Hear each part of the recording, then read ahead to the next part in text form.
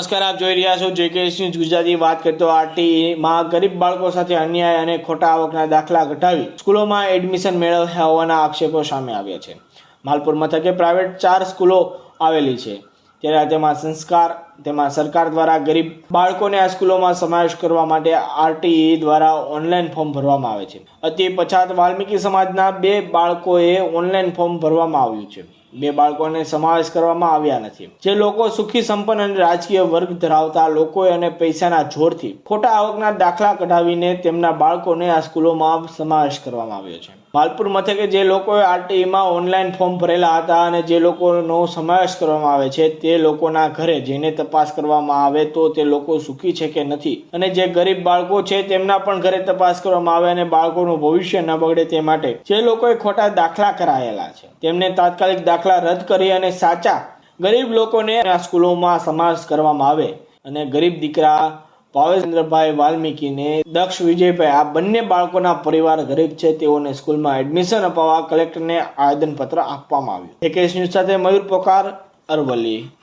માલપુર ગામના વાલ્મીકી સમાજના 2 બાળકો આરટીઈમાં ફોર્મ ભરેલા હતા, પરંતુ જે આ 4 સ્કૂલોમાં છે તાલુકા વિકાસ અધિકારી સાહેબશ્રીને પણ રજૂઆત કરવામાં આવી છે કે ભાઈ જેને આવકના દાખલા ઓછા છે એ લોકોને સમાવેશ કરવામાં આવ્યો છે। આ દુઃખદભરી બાબત છે કે જે સમાવેશ કરવામાં આવ્યા છે જે માલપુર સ્કૂલોમાં, એમાં જે કરોડપતિ પાર્ટી છે, જેના ધાબાવાળા ઘરો છે, એ લોકોએ ખોટા દાખલા આવકના કાઢી અને સમાવેશ કરવામાં આવ્યા। અને જે સફાઈ કામદારો છે, જે ગરીબ લોકો છે, જેને આવકનો એકદમ સ્તર નીચો છે, એવા લોકો રહી ગયા છે અને જે 2 નંબરમાં આવકના દાખલા કાઢી અને તેમના બાળકો લાગી ગયા છે। તો અમે આજે કલેક્ટર સાહેબશ્રીને આવેદનપત્ર આપ્યું છે અને અમે વિનંતી કરીએ છીએ કે તમે સાહેબ ઘરે આવીને તપાસ કરો કે આ બાળકો કેટલા નબળા છે, આમનો પરિવારની શું હાલત છે।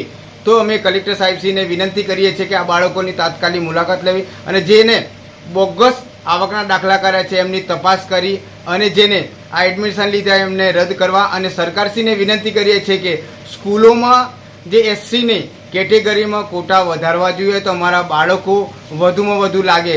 અમારા બાળકો અત્યારે ભયભીત થયા છે, અમારા બાળકોને ભણાવવા છે।